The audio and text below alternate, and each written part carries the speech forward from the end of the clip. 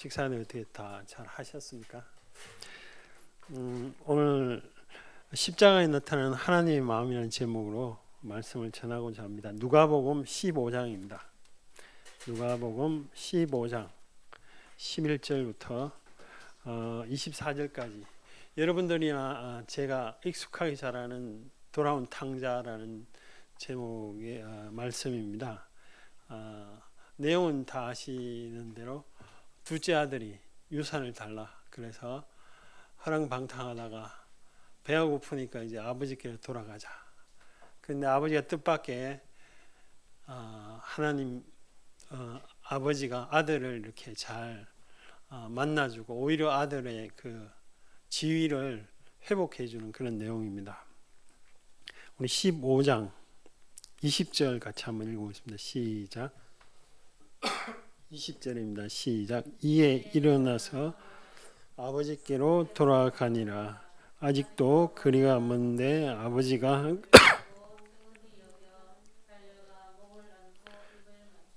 예, 21절입니다. 같이 읽어볼게요. 시작. 아들이 이르되 아버지 내가 하늘과 아버지께 죄를 지었사오니 지금부터는 아버지의 아들이라 일컬음을 감당하지 못하겠나이다. 아들은 자기 행위를 압니다. 자기의 어떻게 산지를 알죠. 유산을 다 자기 멋대로 유흥비로 다 날렸지 않습니까?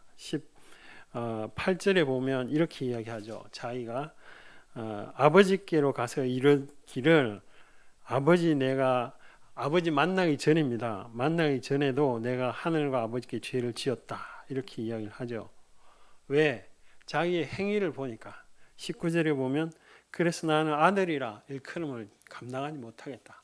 내가 한 짓이 있으니까.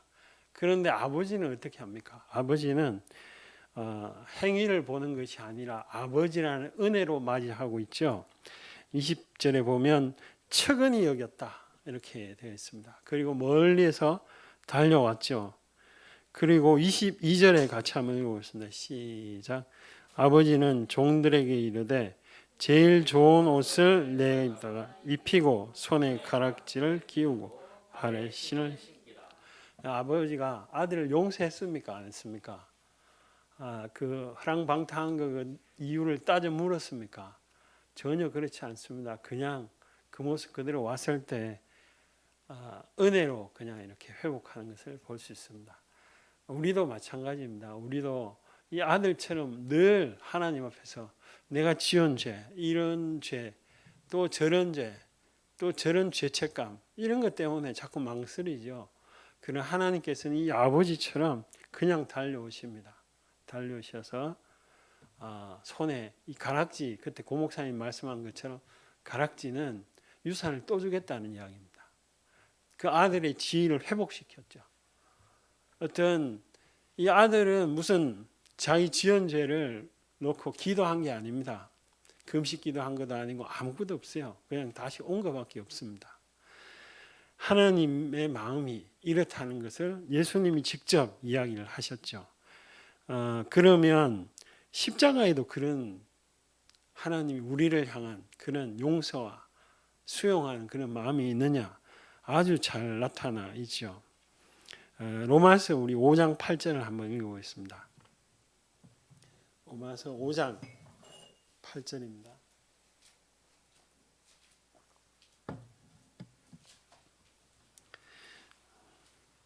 여기 하나님 아버지의 마음이 이렇게 나와 있습니다. 같이 읽어볼게요. 시작. 우리가 아직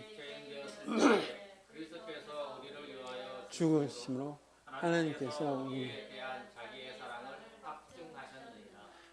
그러니까 자기의 사랑을 누구를 통해서 예수님을 통해서 이렇게 확실히 증거되도록 보여줬다는 말씀이죠. 하나님 우리를 용납하셨다. 또 하나님 우리를 자기 아들로 삼으셨다. 그 어디에 증거가 있느냐? 예수님의 그 십자가 사건에 증거가 있다는 거죠. 갈라디아서 4장 5절을 제가 읽습니다. 읽어볼게요. 율법 아래에 있는 자들, 이 율법 아래에 있다는 것은 죄인들을 말합니다. 그런 것을 속량하시고 우리로 아들의 명분을 얻게 하려 하시기 위해서 예수님이 오셨죠. 구체적으로 예수님이 뭐 어떤 행동을 하셨길래 이렇게 성경은 이야기를 하느냐? 마태복음 우리 한번 찾아보겠습니다. 마태복음 27장. 마태복음 27장입니다. 27장 11절부터 14절까지 말씀입니다. 마태복음 27장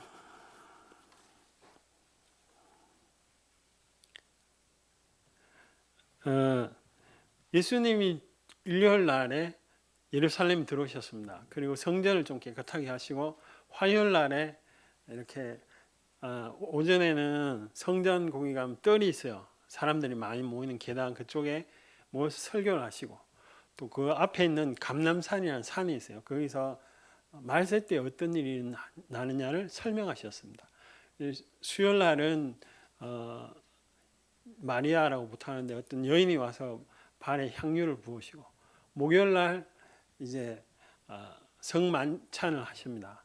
그리고 목요일 날하고 금요일 날 그 사이 밤 추정입니다. 왜냐하면 정확하게 시간이 안 나와 있어요. 금요일 날 깊은 밤에 잡혀가게 되는 거죠. 겟세마네 동산에서 기도하시다가 잡히시고 그 다음에 이 본문은 해가 지금 뜨지도 않았습니다. 잡혀가 가지고 유대인들의 그 모임에서 이렇게 수모를 당하시다가 이제 빌라도에게 잡혀왔습니다. 이 6월절이기 때문에 유대인들이 이방인들에게 들어가지도 않습니다. 너무 시끄러우니까 빌라도가 나왔습니다. 라고 성경이 이야기를 합니다. 나와 보니까 이 한 젊은이가 잡혀 있는 겁니다. 물어보니까 이게 죄가 없어요. 자기가 직감적으로 봐도. 그래서 자기 아내도 이 사람에게 관여하지 말라고 계속 놓아주려고 노력합니다. 그 장면이 지금 마태복음 27장입니다. 지금 아침입니다. 이 전쟁이 일어나가지고 총 쏘는 그 외에 재판을 해서 사형당한 이런 사람들이 아침에 재판에서 아침 9시에 십자가에 매달립니다. 시간이 너무 빠르게 진행해져. 이렇게 재판에서 사형 집행한 것은 역사 이래도 없습니다. 제가 알기로는 없습니다. 예수님이 이제 해가 뜨기도 전에 이렇게 묻죠. 11절에 보면 제가 읽어볼게요. 예수께서 총독 앞에 스스메, 총독이 물어, 빌라도입니다. 내가 유대인의 왕이냐? 예수께서 대답하시되 내 말이 옳도다 하시고, 이 유대인의 왕이냐? 그건 너는 어떤 나라냐? 여기에만 대답하시고 다른 데는 한마디도 말씀하지 않습니다. 12절 같이 한번 읽어볼게요. 시작. 대제사장들과 장로들에게 고발을 당하되 아무 대답도 아니하시는지라. 제가 보기요 13절. 이에 빌라도가 이르되 그들이 너를 쳐서 얼마나 많은 것으로 증언하는지를 듣지 못하느냐 하되, 같이 읽어볼게요 14절.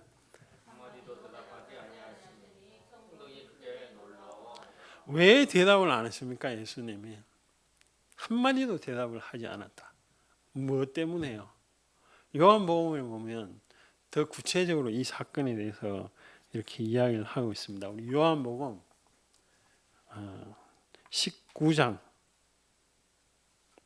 7절부터 11절까지입니다. 이 같은 장면입니다. 같은 장면을 요한복음이 이렇게 이야기를 합니다. 19장 요한복음 19장 7절부터 11절까지입니다. 여기 보면 7절을 제가 같이 한번 읽어보시죠. 요한복음 19장 7절 같이 읽겠습니다. 다시 관정으로 7절요. 유대인들이 대답하되 우리에게 법이 있으니 그 법대로 하면 그가 당연히 죽을 것은 그가 자기들 이 빌라도가 들으니까 더 무서운 이야기를 합니다. 그게 8절입니다. 빌라도가 이 말을 듣고 더욱 두려워했다. 이 죄 없는 사람이면 자기가 아는데 이거 보니까 하나님 아들이라고 그런다. 이게 보통 사람이 아니거든요. 그러니까 더 무서워하는 거죠. 그래서 빌라도가 자꾸만 놓아주려고 그럽니다. 그런데 10절을 이렇게 아무 말을 하지 않으니까 10절을 이렇게 이야기합니다. 같이 한번 해볼게요. 시작. 빌라도가 이르되 내게 말하지 아니하느냐 내가 너를 놓을 고난도 있고 십자가에 못 박을 고난도 있는 줄 알지 못. 왜 말을 안 하냐? 너를 위해서 뭔 말을 하면 내가 듣고 판단해서 놓아줄 수도 있고 안 놓아줄 수도 있겠다. 나한테 말 좀 해봐라. 그럴 때 예수님이 뭐라고 하십니까? 이 말씀이 굉장히 중요한 말씀이죠. 같이 읽어볼게요. 시작. 예수께서 대답하시되 위에서 주지 아니하셨더라면 나를 해할 고난이 없으리니 그러므로 나를 내게 넘겨준 자의 죄가 더 크다. 네가 나를 놓고 하는 게 아니야 라는 말이죠. 예수님은 고난을 하나님이 허락했기 때문에 네가 지금 하는 거지. 그런데 내가 왜 말하지 않고 가만히 있느냐? 하나님의 뜻이 죽는 거야 라는 걸 명확하게 보여줍니다. 예수님이 목요일날 저녁 깊은 12시, 11시나 아니면 금요일날 새벽까지 기도하십니다. 기도하셔가지고 기도할 때 세 번째 딱 기도하고 이제 자기가 십자가를 지고자 이제 결심을 물론 그 전에도 다 하셨겠지만 일어났을 때 가룟 유다와 그 무리들이 와가지고 이 사람이다 이렇게 할 때 베드로가 칼을 들고 그 종의 귀를 확 쳐버리죠. 그럴 때 예수님이 이런 말씀을 하십니다. 하나님께서 천사를 보내가지고 내가 이렇게 다 이런 위기 상황에서 해결할 줄 못할 줄 아느냐? 그렇게 할 수도 있다. 그러나 그러면 아버지의 뜻이 어떻게 이루어지겠냐? 이런 말씀을 마태복음에 하시고 계시죠. 예수님이 왜 아무 대답도 안 하느냐? 하나님의 뜻이 순종하기 위해서. 예수님이 그 절대 그 위기의 순간에 말씀을 하지 않느냐? 기꺼이 하나님의 뜻을 순종하기 때문에 그렇습니다. 그 하나님의 뜻이 뭐냐고 하나님의 뜻이. 그 하나님의 뜻이 여러분 아까 그 둘째 아들이 그냥 왔을 때 아들이라고 아무것도 아닌데 회복시켜 줬잖아요. 마찬가지입니다. 예수님을 죽임으로 말미암아 우리를 온전케 아들의 명분을 얻게 하기 위해서 그렇게 하신 것이죠. 그런데 왜 이게 우리에게 많은 능력이 되지 않습니까? 왜? 이유가 뭡니까? 이유가 있습니다. 사람은 자기가 노력을 해야 그것이 의미를 가집니다. 어떤 사람이 예를 들어서 길 가다가 이렇게 뭘 하나 끌었습니다. 이게 당첨이 됐어요. 1억 줍니다. 그러면 이 사람이 운이 좋다고 생각하지 1억 준 사람한테 고맙습니다. 이렇게 안 합니다. 왜냐? 자기가 이게 끌은 것도 노력이거든요. 운이 좋은 거죠. 인간은 자기가 이렇게 땀을 흘리고 해서 돈을 벌고 그 노력의 대가를 가지고 뭔가를 취해야만 그것이 자기의 의미가 있습니다.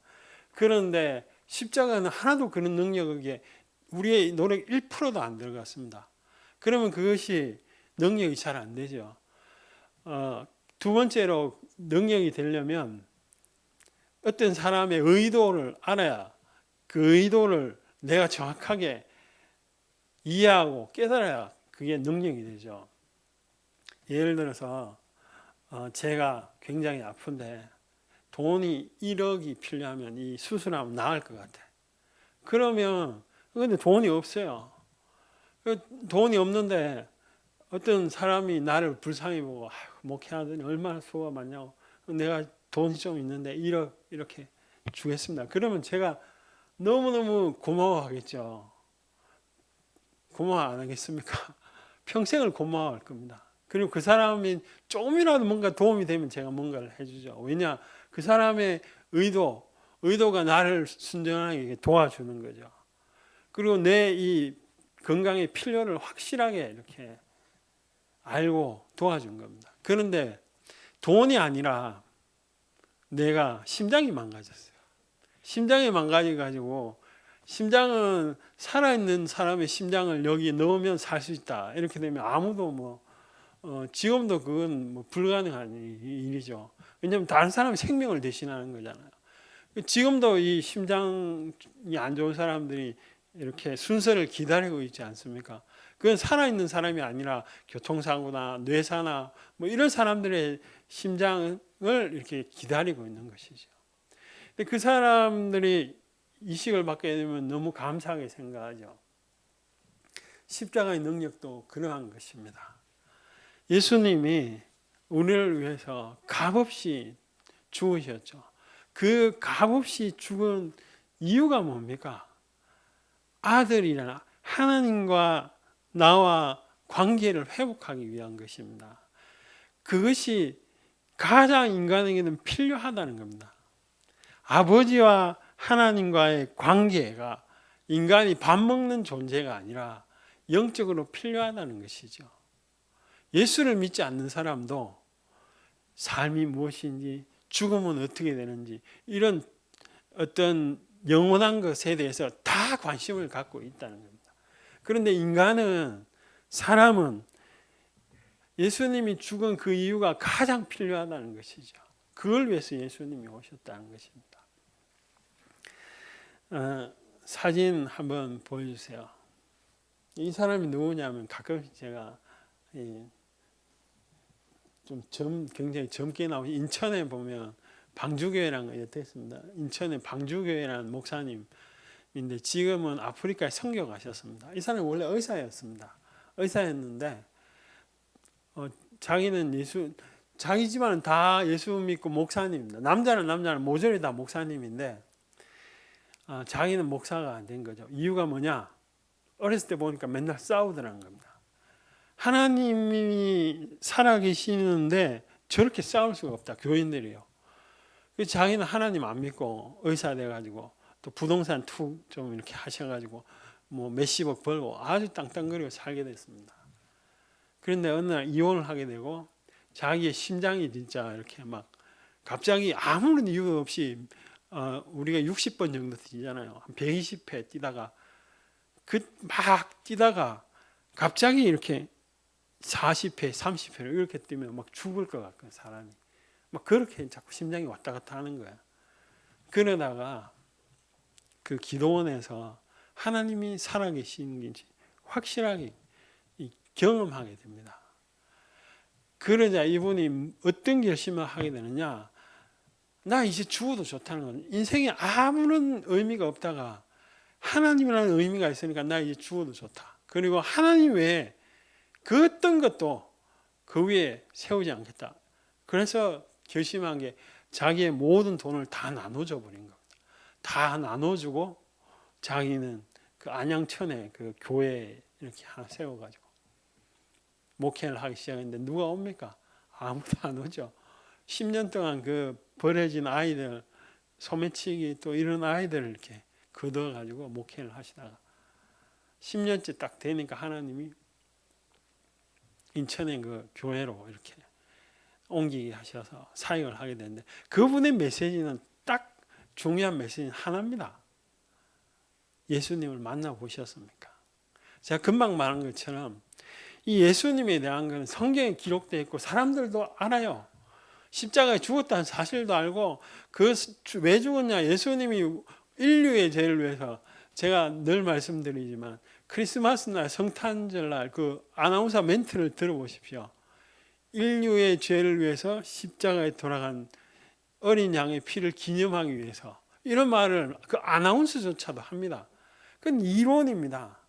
그건 그냥 머리에 그랬구나라는 것이죠. 정말 그 예수님이 아무 말도 안 하고 돌아간 그 사실이 경험되어지는 것은 성령의 능력 외에는 경험되어지지가 않습니다. 그래서 경험되어지면 어떤 현상이 일어나느냐?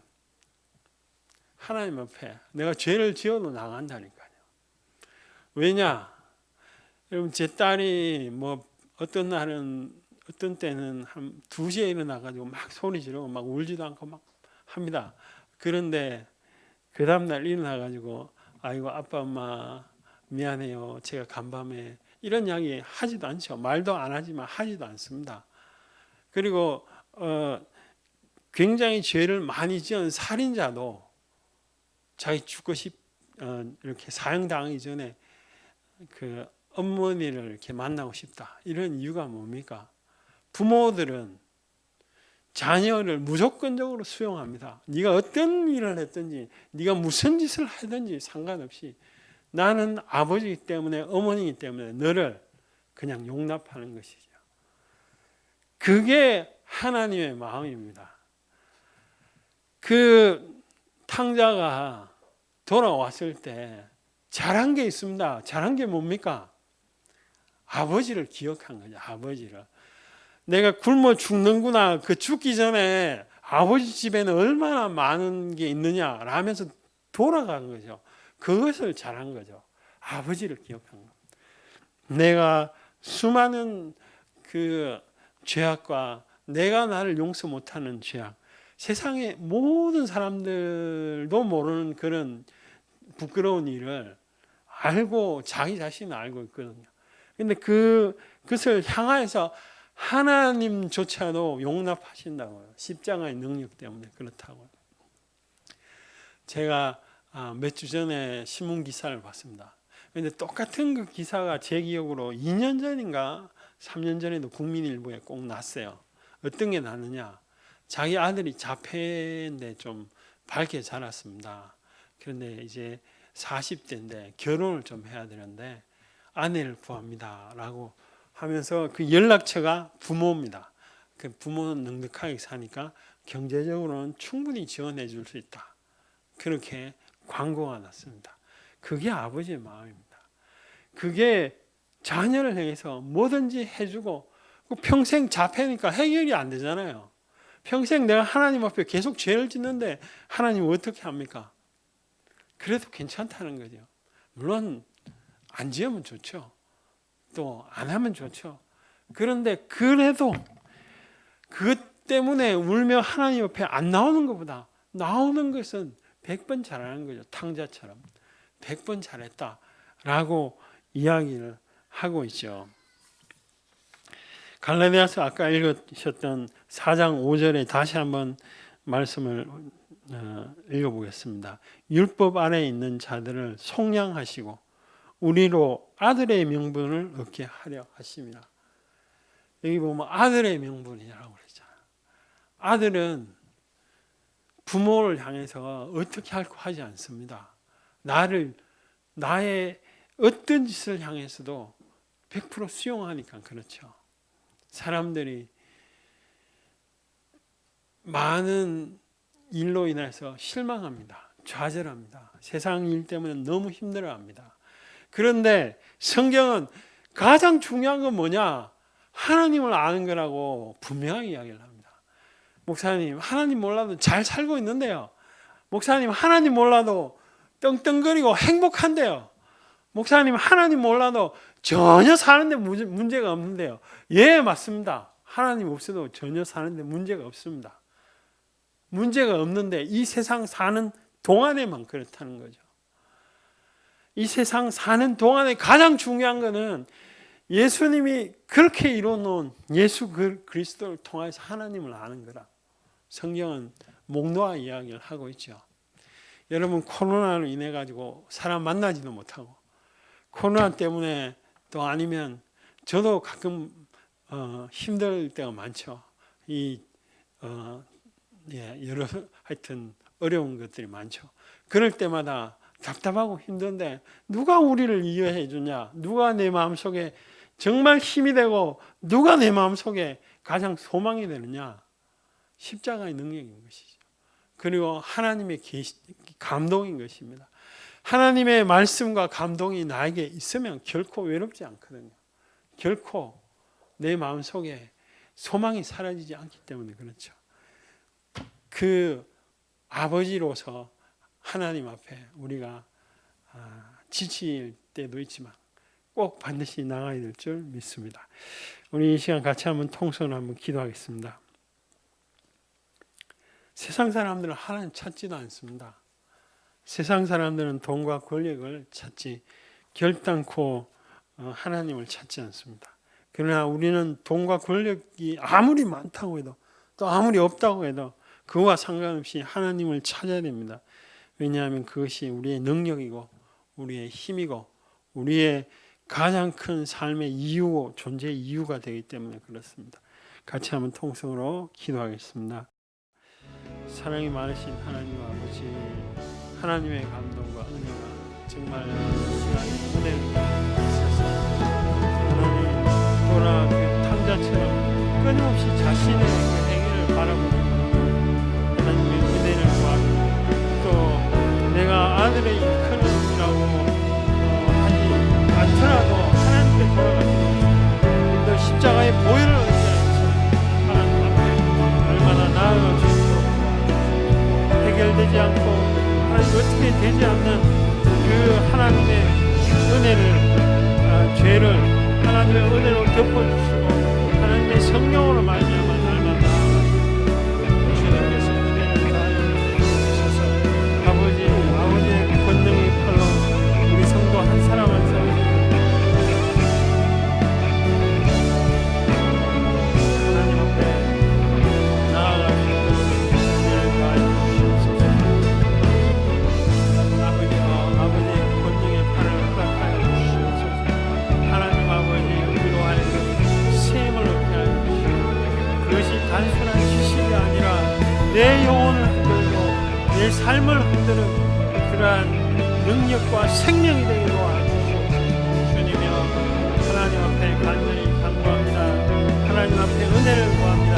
끊임없이 내 행위와 나의 연약함을 바라보며 하나님 옆에 나가지 못하는 것이 아니라 살아계신 하나님 앞에 날마다 힘을 다하여 나아갈 수 있도록 주께서 은혜를 다하여 주시옵소서. 주님이여 주님의 성령이 하나님의 감동이 이 시간 역사하여 하나님의 총을 이 시간 말씀하여 주옵소서. 주님이여 주님의 은혜가 한 영혼 한 영혼마다 하나님을 구하고 하나님의 필요를 구할 때 주님의 성령이 역사하여 주시옵소서. 아버지와 아버지께서 하나님께서 내 마음에 있는 것들을 아시오니 주님이여 주께서 시행을 주시네 정말 독수리가 날개치며 올라가듯이 새벽에 여호와를 구하고 하나님의 삶 가운데 또 하나님을 구하고 갈등과 인간관계 가운데 하나님을 구할 때마다 주님의 성령이 임하게 하여 주시고 하나님의 말씀이 임하게 하여 주셔서 그 말씀과 감동으로 인하여서 우리가 또 성도들이 살아가게 도와주시옵소서. 주님이여 진실된 마음을 주시되 하나님을 구하고 하나님을 찾는 간절한 마음을 주셔서 그 마음속에 있는 소원을 아뢰며 그 마음속에 있는 의도와 생각을 구할 때 하나님이 비춰주시는 그 계획과 하나님의 마음과 뜻과 길을 밝히 알게 하시며 끝까지 여호와를 붙들고 나아갈 수 있도록 주님께서 은혜를 다하여 주시옵소서. 아버지여 아버지의 성령이 하나님의 감동이 한 사람 한 사람 가운데 은혜를 부어주시기를 간절히 소원합니다. 아버지 하나님 우리가 눈을 뜰 때마다 하루를 어떻게 보낼고 한 달을 어떻게 보낼고 계획하며 생각할 때 주님께서 정말 하나님을 향하여서 손짓하며 하나님을 향하여서 달려간 걸음들이 되게 도와주시옵소서. 아버지여 직장생활이나 공부하는 자들이나 아니면 직장생활하는 자들이나 아니면 어떤 자리에 있든지 간에 여호와 살아계신 하나님의 얼굴을 보며 정말 해가 삼지 않고 달이 또 우리를 지키고 보호하여 주신다는 그 말씀대로 주님의 성령이 하나님의 감동이 날마다 하나님을 향한 걸음을 더욱 굳세게 할 수 있도록 주께서 은혜를 더하여 주시옵소서.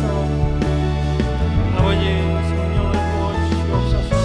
나의 힘으로 나의 능력으로 이 땅을 살아가지 않게 하시며 정말 내가 연약해도 내가 힘이 여호와를 구하며 하나님을 쉽게 도와주시옵소서. 주님이여 이 세상에 정말 먼지와 같은 존재가 우리들인데 세상 들판에 있는 그런 풀도 함부로 하나님께서 꺾지 아니하시며 상한 갈대도 꺾지 아니하시고 정말 꺼져가는 그 심리도 하나님께서 함부로 대하지 아니하시는 것처럼 여호와여 우리 생명이 있는 동안에 여호와를